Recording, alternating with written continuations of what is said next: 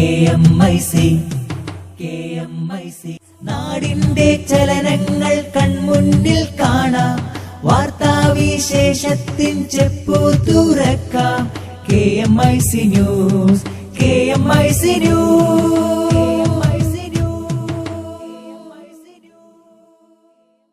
അസ്സലാമു അലൈക്കും വറഹ്മത്തുള്ളാഹി വബറകാതുഹു.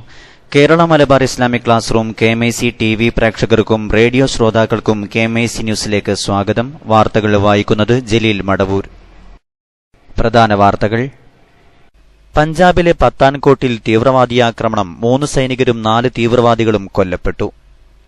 ഇന്ത്യയെ ആക്രമിച്ചാൽ ശക്തമായി തിരിച്ചടിക്കുമെന്ന് പാകിസ്ഥാന് ആഭ്യന്തരമന്ത്രിയുടെ മുന്നറിയിപ്പ്.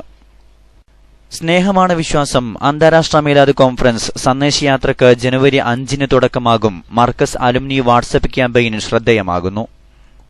വിശുദ്ധ ഖുർആൻ മാനവരാശിക്കുള്ള ദൈവത്തിന്റെ സമ്മാനമാണെന്ന് ടിബറ്റൻ ആത്മീയ നേതാവ് ദലൈലാമ. JDU നേതാവ് MP വീരേന്ദ്രകുമാർ UDF വിടില്ലെന്ന് ആഭ്യന്തരമന്ത്രി രമേശ് ചെന്നിത്തല. RSSുകാർ അടപ്പിച്ച ബീഫ് വിൽപ്പന കേന്ദ്രം DYFI സംരക്ഷണത്തിൽ തുറന്നു. മാവേലിക്കരയിലാണ് സംഭവം.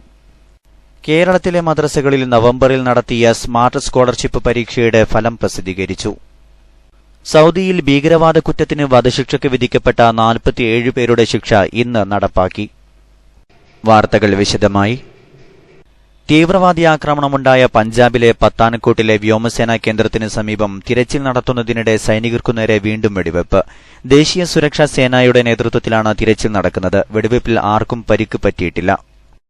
നേരത്തെ വ്യോമസേനാ കേന്ദ്രത്തിന് നേരെയുണ്ടായ തീവ്രവാദിയാക്രമണത്തിൽ 3 സൈനികരും 4 തീവ്രവാദികളുമാണ് കൊല്ലപ്പെട്ടത്. പുലർച്ചെ 3:30-ക്കുണ്ടായ ആക്രമണത്തിൽ 7 തീവ്രവാദികൾ പങ്കെടുത്തു എന്നാണ് വിവരം. MiG-29 വിമാനങ്ങളും ഹെലികോപ്റ്ററുകളുമുള്ള കേന്ദ്രമാണ് ആക്രമിക്കപ്പെട്ടത്. വിമാനങ്ങൾ സൂക്ഷിക്കുന്ന മേഖല സുരക്ഷിതമാണെന്ന് ഔദ്യോഗിക കേന്ദ്രങ്ങൾ അറിയിച്ചു. തീവ്രവാദികളെ നേരിടാൻ NSGയുടെ സഹായം തേടി. ഏറ്റുമുട്ടൽ ഏകദേശം 6 മണിക്കൂറോളം നീണ്ടുനിന്നു. പത്താൻകോട്ട് എയർബേസിന് ചുറ്റുമുള്ള പ്രദേശങ്ങളെല്ലാം അടച്ചിട്ടു. സൈന്യവും വ്യോമസേനയും പോലീസും സംയുക്തമായാണ് ഓപ്പറേഷനിൽ പങ്കെടുത്തത്. പത്താൻകോട്ടിൽ നിന്ന് ഏകദേശം 50 കിലോമീറ്ററാണ് പാകിസ്ഥാൻ അതിർത്തിയിലേക്കുള്ളത്. സൈനിക യൂണിഫോമിലെത്തിയാണ് തീവ്രവാദികൾ ആക്രമണം നടത്തിയതെന്ന് വാർത്താ ഏജൻസികൾ റിപ്പോർട്ട് ചെയ്തു. പത്താൻകോട്ടിലും പരിസര പ്രദേശങ്ങളിലും അതീവ ജാഗ്രതാ നിർദ്ദേശം പുറപ്പെടുവിച്ചിട്ടുണ്ട്. പഞ്ചാബിലെ ജമ്മു കാശ്മീർ അതിർത്തി പ്രദേശങ്ങളിലും സുരക്ഷ ശക്തിപ്പെടുത്തി. ആർമിയുടെയും നാവികസേനയുടെയും നിരവധി ഓഫീസുകൾ സ്ഥിതി ചെയ്യുന്ന ജമ്മു പത്താൻകോട്ട് ദേശീയപാത തന്ത്രപ്രധാനമായ കേന്ദ്രമാണ്. ആക്രമണത്തിന് ശേഷം തീവ്രവാദികൾ പാകിസ്ഥാനുമായി ബന്ധപ്പെട്ടതായി ഔദ്യോഗിക വൃത്തങ്ങൾ പറഞ്ഞു. ലഷ്കർ-എ-തൊയ്ബ എന്ന സംഘടനയാണ് ആക്രമണം നടത്തിയതെന്ന് ദേശീയ മാധ്യമങ്ങൾ റിപ്പോർട്ട് ചെയ്തു. ദേശീയ സുരക്ഷാ ഉപദേഷ്ടാവ് അജിത് ഡോവൽ സ്ഥിതിഗതികൾ പ്രധാനമന്ത്രി നരേന്ദ്രമോദിയെ ധരിപ്പിച്ചു. ഭീകരാക്രമണത്തെ തുടർന്ന് പത്താൻകോട്ട് ജമ്മു ദേശീയപാതയിൽ വാഹനങ്ങൾ കർശന പരിശോധനയ്ക്ക് ശേഷമാണ് കടത്തിവിടുന്നത്. ഇന്നലെ ഒരു സൈനിക വാഹനം കാണാതാവുകയും SPയെ തട്ടിക്കൊണ്ടുപോവുകയും ചെയ്തിരുന്നു. ഭീകരാക്രമണത്തിന് ഇതുമായി ബന്ധമുണ്ടോ എന്ന അന്വേഷണവും ആരംഭിച്ചിട്ടുണ്ട്. പഞ്ചാബിലെ ഗുർദാസ്പൂരിൽ ആക്രമണമുണ്ടായി 6 മാസത്തിനു ശേഷമാണ് വ്യോമസേനാ കേന്ദ്രത്തിൽ ആക്രമണമുണ്ടായിരിക്കുന്നത്. 12 മണിക്കൂറിലേറെ നീണ്ട ആക്രമണത്തിനു ശേഷമാണ് അന്ന് തീവ്രവാദികളെ സൈന്യം വധിച്ചത്. രാജ്യത്തിനു നേരെയുള്ള ആക്രമണത്തിന് ശക്തമായ തിരിച്ചടി നൽകുമെന്ന് കേന്ദ്ര ആഭ്യന്തരമന്ത്രി രാജ്നാഥ് സിംഗ്. പാകിസ്ഥാനുമായി സമാധാനമാണ് ആഗ്രഹിക്കുന്നത്. പക്ഷേ ഇന്ത്യ ആക്രമിക്കപ്പെട്ടാൽ ശക്തമായി തിരിച്ചടിക്കും. രാജ്യത്തെ സുരക്ഷാ സംവിധാനങ്ങളിൽ അഭിമാനമുണ്ടെന്നും ആഭ്യന്തരമന്ത്രി പറഞ്ഞു. പഞ്ചാബിലെ പത്താൻകോട്ടിലെ ഭീകരാക്രമണത്തെപ്പറ്റി പ്രതികരിക്കുകയായിരുന്നു അദ്ദേഹം. पाकिस्तान हमारा पड़ोसी देश है. हम चाहते हैं पाकिस्तान ही नहीं बल्कि सभी पड़ोसी देशों के साथ हमारे अच्छे रिश्ते होने चाहिए. हम शांति भी चाहते हैं, लेकिन भारत के ऊपर यदि किसी प्रकार का टेररिस्ट अटैक होगा तो हम उसका मुंहतोड़ जवाब भी देंगे. മനുഷ്യരെ നേർവഴിക്ക് നയിക്കാൻ ദൈവം നൽകിയ മഹത്തായ സമ്മാനമാണ് വിശുദ്ധ ഖുർആനെന്ന് ടിബറ്റൻ ആത്മീയ നേതാവ് ദലൈലാമ. മൈസൂരിലെ ഗ്രാൻഡ് ബുദ്ധിസ്റ്റ് ഗ്ലോബൽ മീറ്റിൽ പങ്കെടുക്കാനെത്തിയതായിരുന്നു നോബൽ സമ്മാന ജേതാവ് കൂടിയായ ദലൈലാമ. ചടങ്ങിനെത്തിയ മുസ്ലിം പ്രതിനിധികളോടായിരുന്നു ദലൈലാമയുടെ പ്രതികരണം. പ്രവാചകർ മുഹമ്മദ് നബിയുടെ ജീവിതം തന്നെ മനുഷ്യകുലത്തിനുള്ള ഉത്തമ മാതൃകയാണ്. ലോകസമാധാനം നിലനിർത്താനും തീവ്രവാദ പ്രവർത്തനങ്ങൾ അവസാനിപ്പിക്കാനും പ്രവാചകർ കാണിച്ച പാത നാം പിന്തുടരേണ്ടതുണ്ട്. പ്രവാചകരുടെ സമാധാന സന്ദേശവും സ്നേഹം, നീതി, മതസഹിഷ്ണുത എന്നിവ എക്കാലവും ലോകത്തിന് മാതൃകയാണെന്നും ദലൈലാമ പ്രതികരിച്ചു. മൈസൂരിലെ ബൈലാകുപ്പയിൽ സംഘടിപ്പിച്ച ചടങ്ങിൽ ലോകത്തിന്റെ വിവിധ ഭാഗങ്ങളിൽ നിന്നായി ഒട്ടേറെ ബുദ്ധമത അനുയായികൾ പങ്കെടുക്കാനെത്തിയിരുന്നു. തിരക്കിന്റെ കൊടുമുടിയിൽ നിന്ന് വിഴിഞ്ഞത്തെ സ്വസ്ഥമായൊരു താവളത്തിലേക്ക് കുടുംബസമേതം മുഖ്യമന്ത്രി എത്തി. ഇന്നലെ വൈകിട്ടാണ് മുഖ്യമന്ത്രി ഉമ്മൻചാണ്ടി, പത്നി മറിയാമ്മ ഉമ്മൻചാണ്ടി, മകൻ ചാണ്ടി ഉമ്മൻ എന്നിവർ വിഴിഞ്ഞത്തെ ഹാർബർ എൻജി വകുപ്പിന്റെ ഇൻസ്പെക്ഷൻ ബംഗ്ലാവിൽ അല്പനേരം ചെലവിടാനെത്തിയത്. വിശ്രമത്തിനായാണ് എത്തിയതെങ്കിലും മുഖ്യമന്ത്രി മുറിയിലും ഫയലുകൾ നോക്കുന്ന തിരക്കിലായിരുന്നു. ഉമ്മൻചാണ്ടിക്ക് അല്പമെങ്കിലും വിശ്രമം വേണമെന്ന ആഗ്രഹത്തിൽ താൻ തന്നെയാണ് അദ്ദേഹത്തെ ഇങ്ങോട്ടേക്ക് കൊണ്ടുവന്നതെന്ന് പത്നി മറിയാമ്മ ഉമ്മൻ പറഞ്ഞു. പ്രാദേശിക നേതാക്കളടക്കം അധികമാരും മുഖ്യമന്ത്രിയുടെ സന്ദർശനം അറിഞ്ഞില്ല. വിവരമറിഞ്ഞെത്തിയ മാധ്യമപ്രവർത്തകർ ഫോട്ടോ പകർത്താൻ പുറത്തെത്തണമെന്ന് സ്നേഹപൂർവ്വം നിർബന്ധിച്ചപ്പോൾ ആദ്യം നേരിയ വിമുഖത പ്രകടിപ്പിച്ചു. ഫയൽ നോക്കുന്ന പടം എടുക്കാൻ അനുവാദം നൽകി. പക്ഷേ ഫയൽ നോട്ടം ഇടയ്ക്ക് നിർത്തി പുറത്തേക്കിറങ്ങി കോവളം തീരത്തിന്റെയും ലൈറ്റ് ഹൌസിന്റെയും ഭംഗി ആസ്വദിച്ചു. ജെഡിയു നേതാവ് MP വീരേന്ദ്രകുമാർ UDF വിടില്ലെന്ന് ആഭ്യന്തരമന്ത്രി രമേശ് ചെന്നിത്തല. ഒരു ഘടകകക്ഷിയും UDF വിട്ടുപോകുമെന്ന് CPM കരുതേണ്ടെന്നും ചെന്നിത്തല കോഴിക്കോട്ട് പറഞ്ഞു. വീരേന്ദ്രകുമാർ സമുന്നതനായ നേതാവാണ്. CPM വേദികളിൽ പങ്കെടുക്കുന്നതുകൊണ്ട് മുന്നണി വിടുമെന്ന് പറയാനാവില്ല. താനും CPM വേദികളിൽ പങ്കെടുക്കാറുണ്ടെന്നും അദ്ദേഹം കൂട്ടിച്ചേർത്തു. CAPT MDയെ സസ്പെൻഡ് ചെയ്ത നടപടിയിൽ അഭിപ്രായ വ്യത്യാസമില്ല. വിദ്യാഭ്യാസ മന്ത്രി തിരുവനന്തപുരത്ത് ഇല്ലാത്തതാണ് ഫയൽ കാണാതെ പോയത്. ആഭ്യന്തര സെക്രട്ടറിയുടെയും വിജിലൻസ് ഡയറക്ടറുടെയും റിപ്പോർട്ടിന്റെ അടിസ്ഥാനത്തിലാണ് നടപടിയെടുത്തത്. നടപടി വേണമെന്ന് തന്നെയായിരുന്നു വിദ്യാഭ്യാസ മന്ത്രിയുടെ അഭിപ്രായമെന്നും ചെന്നിത്തല പറഞ്ഞു.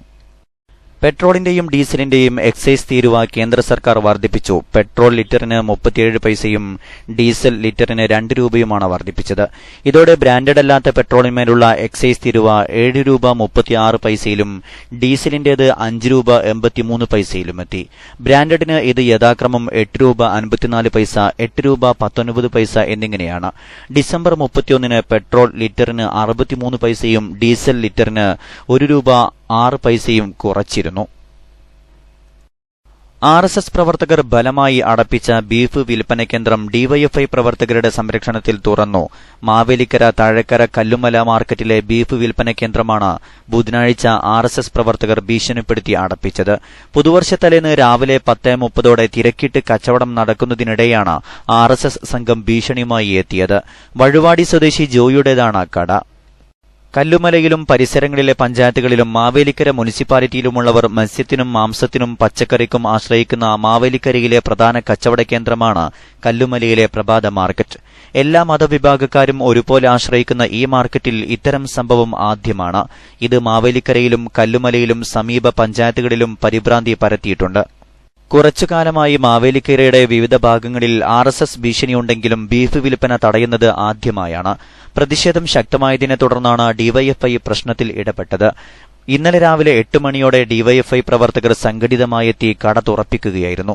സാമുദായിക ധ്രുവീകരണത്തിന് RSS നടത്തുന്ന ശ്രമങ്ങൾ എന്ത് വില കൊടുത്തും ചെറുക്കുമെന്ന് DYFI മാവേലിക്കര ഏരിയ കമ്മിറ്റി പ്രസ്താവനയിൽ പറഞ്ഞു.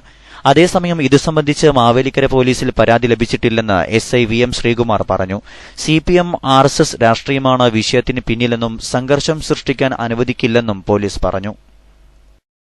ഗൾഫ് വാർത്തകൾ. നാടിന്റെ ചലനങ്ങൾ കൺമുന്നിൽ കാണാം. വാർത്താവിശേഷത്തിൻ ചെപ്പു തുറക്കാം. KMIC news, KMIC news. ഭീകരവാദ കുറ്റത്തിന് വധശിക്ഷയ്ക്ക് വിധിക്കപ്പെട്ട 47 പേരുടെ ശിക്ഷ നടപ്പാക്കിയതായി സൌദി ആഭ്യന്തര മന്ത്രാലയം അറിയിച്ചു. രാജ്യത്തെ 12 പ്രവിശ്യകളിലായി ശിക്ഷയ്ക്ക് വിധേയരായവരിൽ 45 പേരും സൌദി പൌരന്മാരാണ്.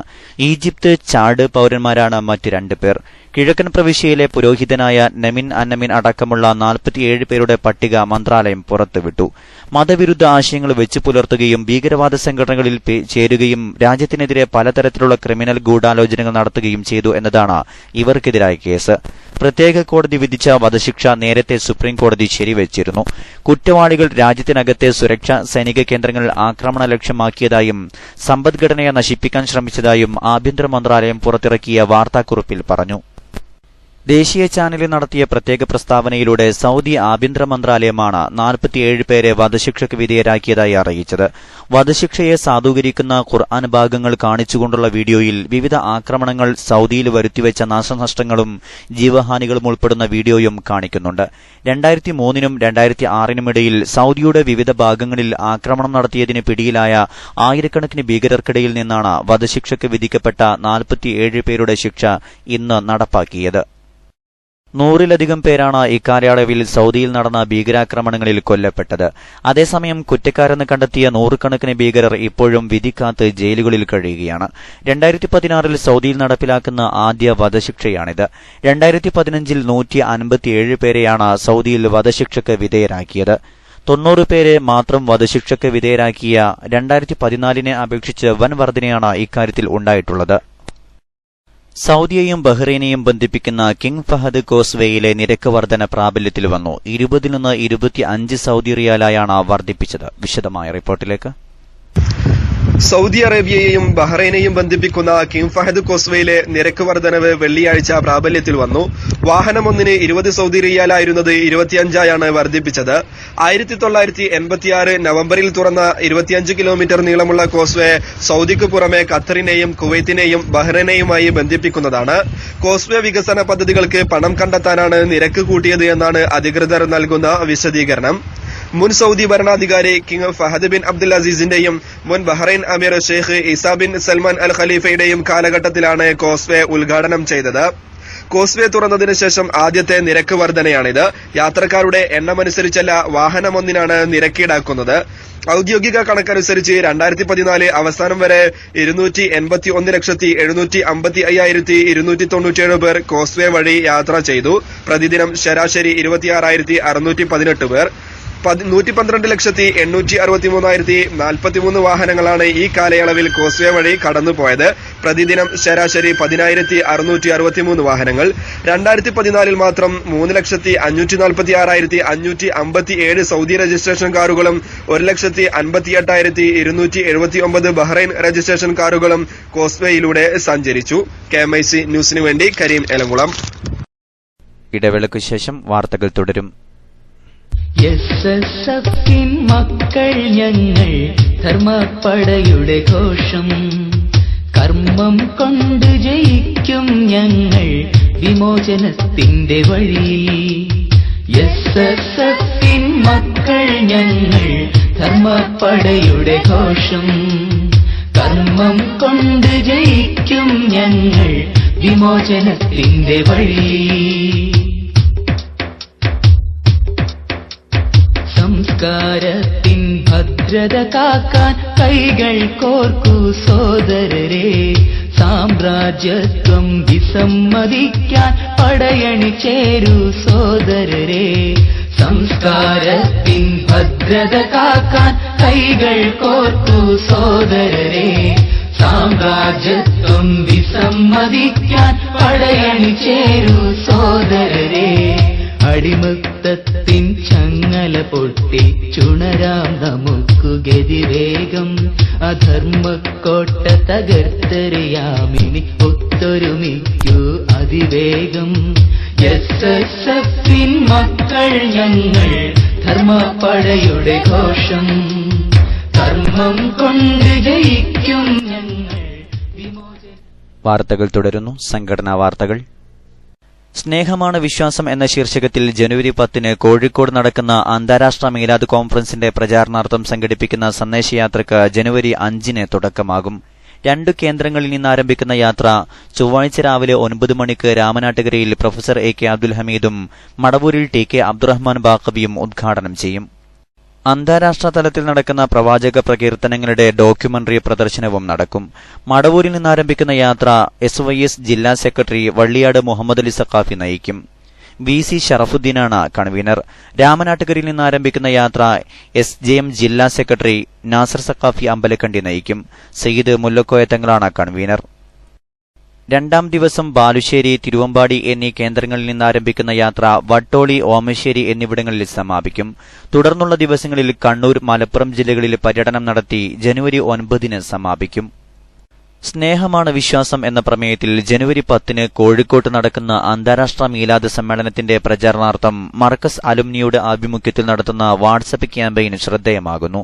കുറഞ്ഞ സമയത്തിനുള്ളിൽ കൂടുതൽ ആളുകളിലേക്ക് സമ്മേളനത്തിന്റെ പ്രമേയം എത്തിക്കുക എന്ന ലക്ഷ്യത്തോടെയാണ് അലുമിനി വ്യത്യസ്തമായ ക്യാമ്പയിനിന് തുടക്കം കുറിച്ചത്.